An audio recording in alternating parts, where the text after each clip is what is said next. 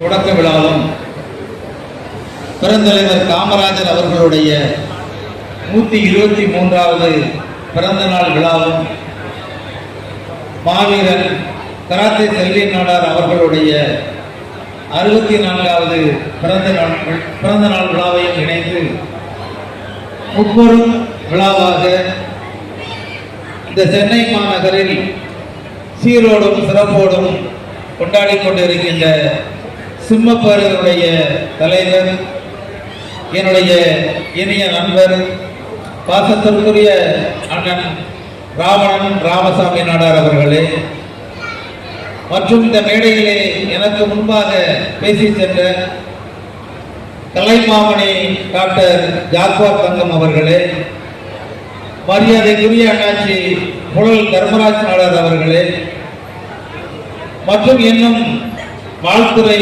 வழங்க இருக்கின்ற மரியாதைக்குரிய அண்ணன் சீனிவாசன் நாடார் அவர்களே, அந்தோணி நாடார் அவர்களே, அண்ணன் தூத்துக்குடி அந்தோணி நாடார் அவர்களே,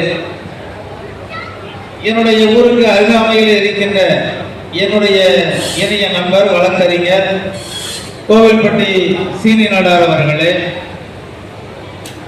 வணிகர்களுக்கு ஒரு பிரச்சனை என்று சொன்னால் தமிழகம் முழுவதும் எங்கு இருந்தாலும் எந்த ஊரில் பிரச்சனைகள் ஏற்பட்டாலும் வணிகர்களுக்கு ஒரு காவலாக இருந்து அந்த பிரச்சனைகளை தீர்த்து கொடுத்து கொண்டிருக்கின்ற திருச்செந்தூரை சேர்ந்த என்னுடைய இணைய நண்பர் மரியாதைக்குரிய அண்ணன் காமராஜ் நாடார் அவர்களே, மற்றும் இங்கே நாகர்கோவிலிருந்து வருகை தந்திருக்கின்ற அண்ணன் ரஜித் சிங் நாடார் அவர்களே, எனக்கு முன்பாக பேசி அமர்ந்திருக்கின்ற மரியாதைக்குரிய அண்ணாச்சி கண்ணன் நாடார் அவர்களே,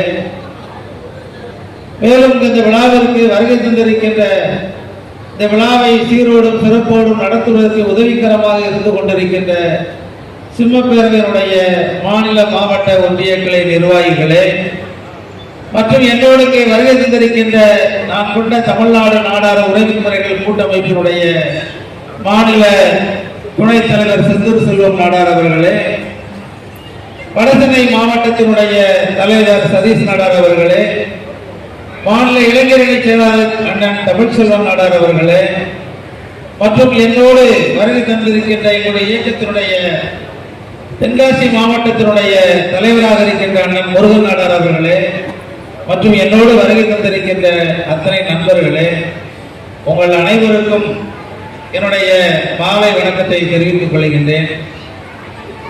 எனக்கு முன்பாக பேசியவர்கள் சொன்னார்கள், அண்ணன் எந்த அளவிற்கு இந்த சமுதாய பணியை செய்தார்கள் என்று, எந்த அளவிற்கு ஒவ்வொரு தன்னை தேடி வந்தவர்களுக்கெல்லாம் அள்ளி அள்ளி கொடுத்தார்கள் என்று சொன்னார்கள்.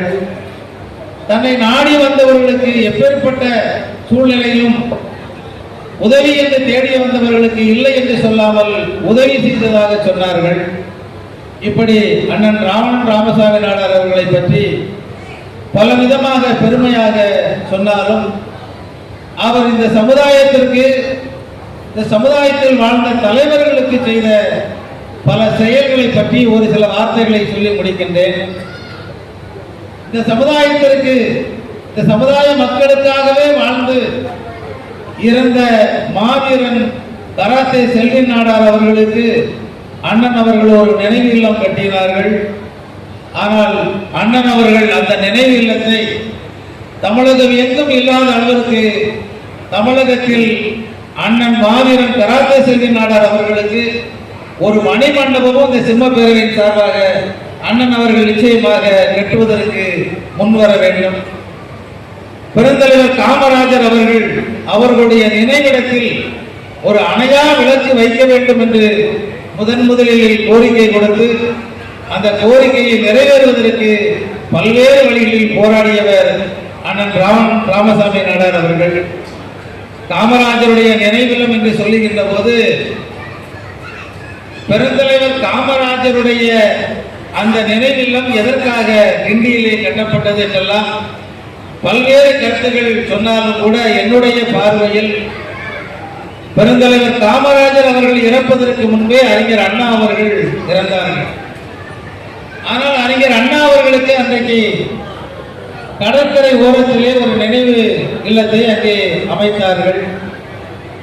ஆனால் அண்ணாவுக்கு பிறகு இருந்த பெருந்தலைவர் காமராஜருக்கு கிண்டியிலே நினைவில்லம் அமைத்தார்கள்.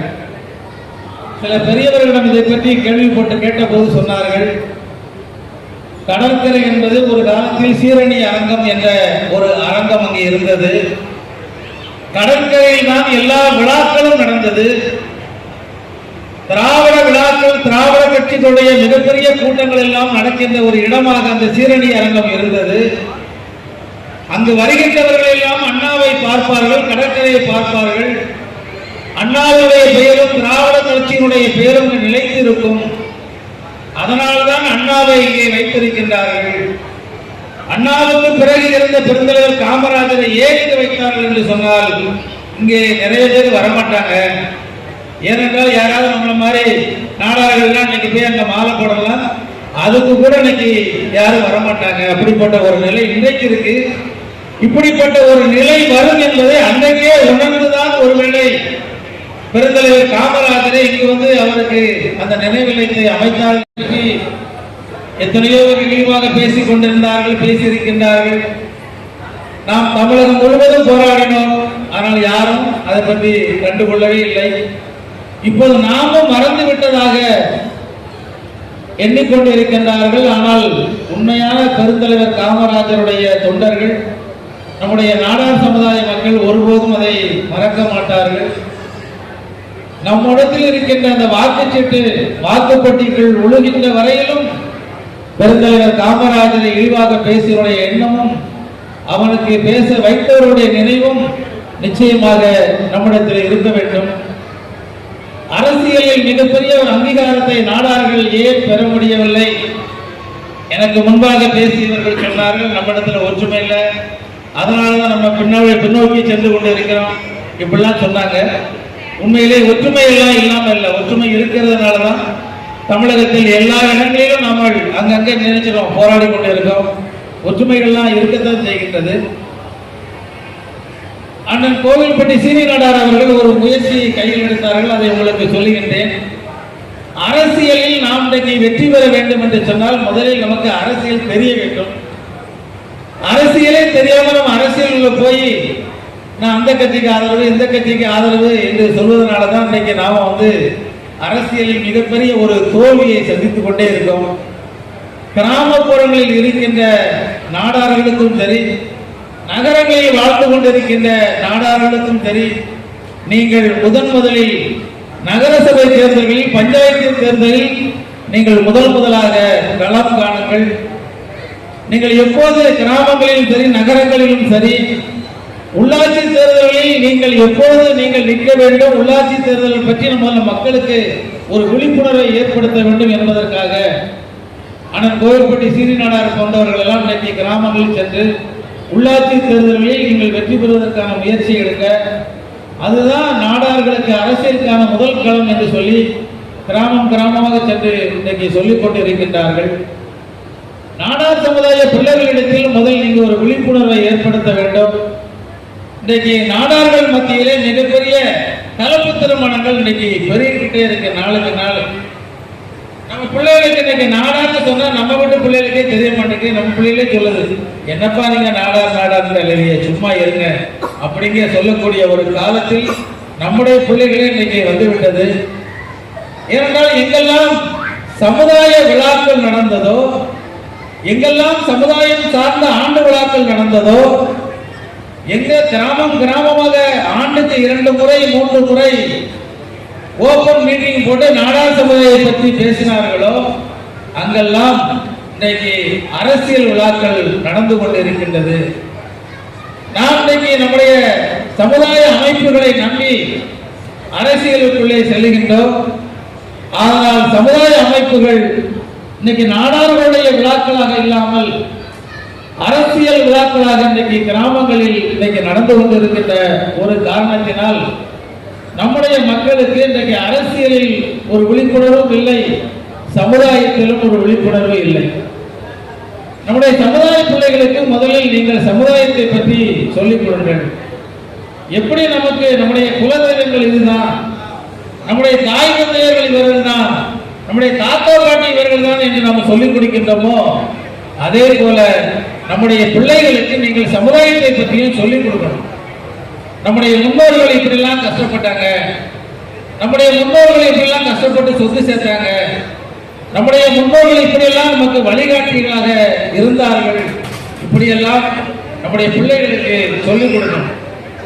இன்றைக்கு இந்தியா முழுவதும் நாடார்கள் எங்கெங்கே வாழ்ந்து கொண்டிருக்கின்றார்களோ அங்கெல்லாம் இன்றைக்கு திருமண மண்டபங்கள், கோவில்கள், நாடார்களுக்கு தங்குவதற்கான இடங்கள், இதையெல்லாம் இன்றைக்கு நாடார்கள் சங்கங்கள் செய்து வைத்திருக்கிறது என்று சொன்னால், கிட்டத்தட்ட ஒரு 75-100 ஆண்டுகளுக்கு முன்பு நம்முடைய நாடார்கள் தலைச்சுமையாக வியாபாரம் செய்து, ஊர் ஊராக நடந்து சென்று வியாபாரம் செய்து, இரத்தத்தை வியர்வையாக சிந்தி, அதில் வருகின்ற வருமானத்தில் 2 விசா, 5 விசா, 10 விசா, 4 விசாலாம் சேர்த்து நமக்கான வரும் தலைமுறைக்கு வேண்டும் என்பதற்காக இடங்கள்லாம் வாங்கி வச்சாங்க. அவர்கள் வாங்கி வைத்த காரணத்தினால்தான் இன்றைக்கு நாம் அந்த இடங்கள்ல இன்னைக்கு கல்யாண மண்டபங்கள் கோயில்லாம் கட்டி இன்னைக்கு சந்தோஷமா இருந்துகிட்டு இருக்கோம். இதை ஏன் இன்றைக்கு சொல்ல வருகிறேன் என்று சொன்னால், நம்முடைய முன்னோர்கள் செய்த பல தியாகங்களினால் தான் இன்றைக்கு நாடார்களும் நாடார் சமுதாயமும் இன்றைக்கு தலை நிமிர்ந்து இன்றைக்கு நாம் நடந்து கொண்டு இருக்கின்றோம். இன்னும் சில சங்கங்கள் பனை தொழிலை ஊக்குவிக்க வேண்டும், பணம் ஏறணும், கல்வி விற்கணும், இதுதான் என்னுடைய கோரிக்கை அப்படின்னு சொல்லி இன்னைக்கு சில பேர் நீங்க குரல் கொடுத்துட்டு இருக்கீங்க. இன்னைக்கு உண்மையிலே அதை பற்றி வந்திருக்கின்ற யாராவது பணை சார்ந்தவர்கள் வந்திருந்தா தயவு செய்து நான் பேசுவதை தவறாக நினைக்க வேண்டாம். ஏனென்று சொன்னால், பணை ஏறுகின்ற காலத்தில் இந்த நாடார் சமுதாய மக்களை பெரிய அளவில் யாரும் மதிக்கல, நாடார்களே மதிக்கல. முதல்ல சொல்ல போனோம், பணை ஏறுந்த நாடார் என்று சொன்னாலே அவனை ஒரு தனியா தள்ளி வச்சிருவான். இன்னைக்கு கூட இன்றைய காலகட்டத்தில் கூட இன்னைக்கு சில கிராமங்கள் இருக்கு, அவன் பணை ஏறுத நாடாரு, இவன் வியாபாரம் பண்ணுத நாடாரு, இவன் அந்த நாடாரு இந்த நாடாருன்னு சொல்லி நமக்குள் சில பிரிவினைகள் இன்றைக்கு கூட இன்னைக்கு இருந்துகிட்டு இருக்கு. என்றைக்கும் புரட்சி தலைவர் எம்ஜிஆர் அவர்கள் கல்லினுடைய கலப்படத்தை தடுக்க முடியாது, அதனால கள்ளுக்கடை வேண்டாம்னு மூடினாரோ, அதுக்கு பிறகுதான் நம்ம எல்லாம் வியாபாரம் பார்க்க ஆரம்பிச்சோம். அதிகம் இல்லை, அதற்கு முன்னும் வணிகத்தில் இருந்தோம். ஆனால் கள்ளுக்கடை மூடிய பிறகு இன்னும் நாம் அதிகமாக நம்முடைய சமுதாய மக்கள் வணிகத்தில் ஈடுபட தொடங்கினார்கள். இன்றைக்கு இந்திய அளவில் உலக அளவில் இன்றைக்கு வணிகத்தின் உச்சியில் இன்றைக்கு நாடார்கள் இருந்து கொண்டு இருக்கிறோம் என்று சொன்னால், அதற்கு கள்ளுக்கடை எடுத்ததுதான் ஒரு காரணம். மீண்டும் நீங்க கள்ளுக்கடை வரணும், மீண்டும் நம்ம பயணிக்கணும், கற்பனை வைக்கணும் அப்படிங்க ஒரு எண்ணம் உங்களிடத்தில் இருந்தால் தயவு செய்து அந்த எண்ணத்தை ஒதுக்கி வைத்து விடுங்கள். இன்னைக்கு அந்த தொழிலை தவிர வேற எதுவுமே தெரியாது அப்படின்னு கிராமங்களில் இருக்கக்கூடிய அந்த நாடார்கள் கண்டிப்பாக அவங்க செய்யட்டும். அதற்கு நாம் இன்றைக்கு துணை நிற்போம். நம்முடைய பிள்ளைகளை எல்லாம் நீங்கள் நிச்சயமாக படிக்க வைக்கணும். அதே போல் நம்முடைய பிள்ளைகளை தொழில் ரீதியாக நாம் இன்னும் உருவாக்க வேண்டும். வணிக ரீதியாக உயர்ந்த இடத்தில் இருக்கின்றவருடைய பிள்ளைகள் கூட இன்றைக்கு நான் இன்ஜினியரிங் படிக்கேன், நான் கம்ப்யூட்டர் படிக்கேன் அப்படின்னு சொல்லிட்டு நம்முடைய தொழிலை புறக்கணித்து விட்டு இன்னொருத்தட்ட போய் கை கட்டி வேலைக்கு போகக்கூடிய ஒரு சூழ்நிலை இன்றைக்கு உருவாகிட்டு இருக்கு. ஏனென்றால் நம்முடைய பிள்ளைகள் இன்றைக்கு வணிகத்தில் நம்முடைய பிள்ளைகளை நாம் அதிக அளவில் கொண்டு வரல. இப்படிப்பட்ட ஒரு சூழ்நிலை ஏற்படுகின்ற காரணத்தினால வணிகத்தில் கூட நாம் ஒரு காலகட்டத்தில் பின்னடைந்து விடுவோமோ என்ற ஒரு அச்சம் கூட இன்னைக்கு இருக்கு. இன்னைக்கு வணிக ரீதியாக இன்றைக்கு எத்தனையோ மால்கள் திறந்துட்டாங்க, எவ்வளவு பெரிய நிறுவனங்கள்லாம் இன்னைக்கு வணிக ரீதியாக திறந்து ஆன்லைன் வியாபாரம் இப்பெல்லாம் இன்னைக்கு நிறைய போயிட்டு இருக்கு. இப்படிப்பட்ட காலகட்டத்தில் கூட நாம் வணிகத்தில் என்றைக்கு நாம் கால் ஊன்றி கொடிகட்டி பறந்து கொண்டு இருக்கின்றோமோ, அதே போல தொடர்ந்து வணிகத்தில் நாம் முன்னேறி கொண்டே இருக்க வேண்டும். நாடார்கள் எங்கிருந்தாலும் நாம் ஒற்றுமையாக தான் இருந்துகிட்டு இருக்கும். அரசியலில் கூட சில பேர் சொல்லிக் கொண்டு இருக்கின்றார்கள், நாடார்களுக்கு அரசியல் தெரியாது, நாடார்கள் அரசியலில் ஒற்றுமையா இல்லை அப்படிலாம் சொல்லிக்கிட்டு இருக்காங்க. அரசியலிலும் நாம் வரக்கூடிய ஒரு சூழ்நிலை உருவாக்கி கொண்டு இருக்கின்றது. அரசியலும் நிச்சயமாக நாம் வருவோம். பெருந்தலைவர் காமராஜர் விட்டு சென்ற அந்த இடத்தை நாமும் பிடிப்போம். அதுக்கான ஒரு சூழ்நிலை நிச்சயமாக நமக்கு வரும் என்று சொல்லிக்கொண்டு இங்கு வருகை தந்திருக்கின்ற அத்தனை பேருக்கும் நெஞ்சார மனமாற நன்றிகளை சொல்லிக் கொள்கின்றேன். அண்ணன் ராமசாமி நாடார் அவர்கள் அவர் பத்திரிகையில யாரெல்லாம் செயற்பட்டாரோ அவங்களுக்கு எல்லாமே நேரடியாக கொண்டு போய் கொடுத்தாரு. உண்மையிலே அது ஒரு மிகப்பெரிய சிறப்பு. கன்னியாகுமரியில் தொடங்கி சென்னை வரைக்கும் அண்ணன் அவர் பத்திரிகையில பெயர்பட்ட எல்லாத்தையுமே நேரடியாக போய் கொடுத்தாங்க. அதுல ஒரு சில பேர்கள் விட்டால் கூட அவருக்கு உடல்நிலை சரியில்லாத ஒரு காரணத்தினால தான் விட்டுருப்பாங்களுடைய அவர் அந்த மாதிரி இல்லாம எல்லாத்தையும் நேரடியாக போட்டு கொடுத்தாங்க. நான் கூட அண்ணன் சொன்னேன், எதுக்காக நீங்க நேரடியாக எழுதிங்க, ஒரு தபால் அனுப்பிட்டு தம்பி வாங்கினா எல்லாரும் வரத்தான் செய்வாங்க அப்படின்னு சொன்னேன். இல்லை இல்லை, கண்டிப்பா நான் தான் நேரடியாக கொடுக்க வேண்டும் என்று சொன்னார்கள்.